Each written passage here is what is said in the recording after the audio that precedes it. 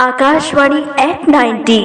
नमस्कार, मैं रत्ना शर्मा रायगढ़ की रहने वाली हूँ। रेडियो सिर्फ एक आवाज़ नहीं, मेरी ज़िंदगी की साथी है। यह बात मैं पूरे यकीन से कह सकती हूँ। मैं एक कामकाजी महिला हूँ जो दिन भर घर, ऑफिस और जिम्मेदारियों की रेस में दौड़ती रहती है, लेकिन इस भागती हुई ज़िंदगी में अगर किसी ने मुझे थम कर खुद से मिलाना सिखाया है तो वह है रेडियो। आज मैं एक सफल वर्किंग वूमन हूँ। सुबह बच्चों को स्कूल भेजने से लेकर रात को कल के कामों की लिस्ट तैयार करने तक मेरी दिनचर्या तय है, लेकिन इस दिनचर्या में अगर किसी ने मेरा साथ निभाया, बेआवाज़, बेनाम और लगातार, तो वह है मेरा प्यारा रेडियो।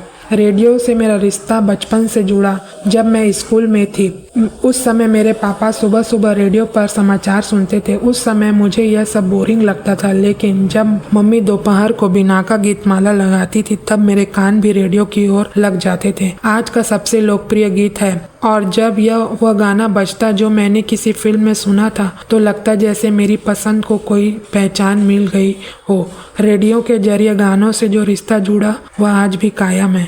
रेडियो ने मुझे एहसास कराया कि मेरी भी एक पहचान है, मेरी आवाज़, मेरी पसंद, मेरी बातें भी मायने रखती हैं। रेडियो पर आने वाले सामाजिक विषयों पर आधारित कार्यक्रमों ने मेरे विचारों को नई दिशा दी। बेटी बचाओ, कामकाजी महिलाओं के अधिकार, मानसिक स्वास्थ्य, वर्क लाइफ बैलेंस जैसे मुद्दों पर बातें सुनकर मैं और जागरूक होती चली गई। रेडियो एक ऐसा माध्यम बना जिसने मुझे तो समझ दी जो शायद किताबों से ना मिलती। आरजे की सच्ची कहानियाँ, कॉलर की ज़मीनी हकीकतें और हर आवाज़ से छुपी जिंदगियाँ, ये सब मेरे अंदर के इंसान को और मजबूत बनाती गई।